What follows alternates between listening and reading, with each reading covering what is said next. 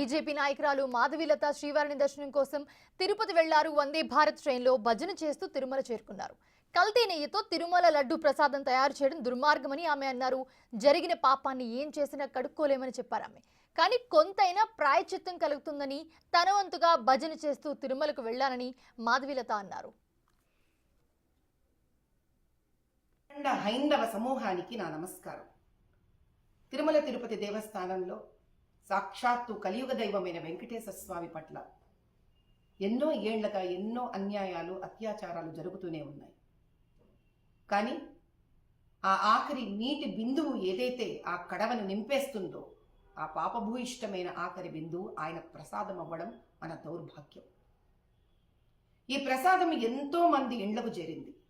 వేలు లక్షల కోట్ల మందికి భారతదేశం దాటి విశ్వమంతా కూడా చేరింది.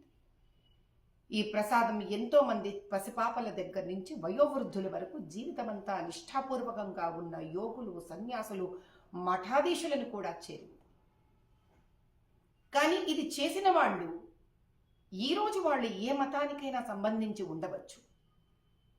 కానీ సనాతనంగా హైందవుడిగా జన్మించి ఇటువంటి భయంకరమైన పాపభూయిష్టమైన కార్యక్రమానికి వాళ్ళు తమను తాము భాగస్వాములుగా చేసినందుకు, అదే భూమిపైన భారతదేశంలో నేను ఒక హైందవ స్త్రీ కింద జన్మించినందుకు ఆ ప్రాయశ్చిత్తము, ఆ పాప పరిష్కారము నాకు చాతనైన విధి విధానంలో నేను పూనుకున్నాను. అఖండ ఇటీవల తిరుమల లడ్డు విషయంపై ఆమె ఆగ్రహం వ్యక్తం చేశారు. హిందూ సాంప్రదాయాలంటే అందరికీ అలసైపోయిందని మండిపడ్డారు ఆమె.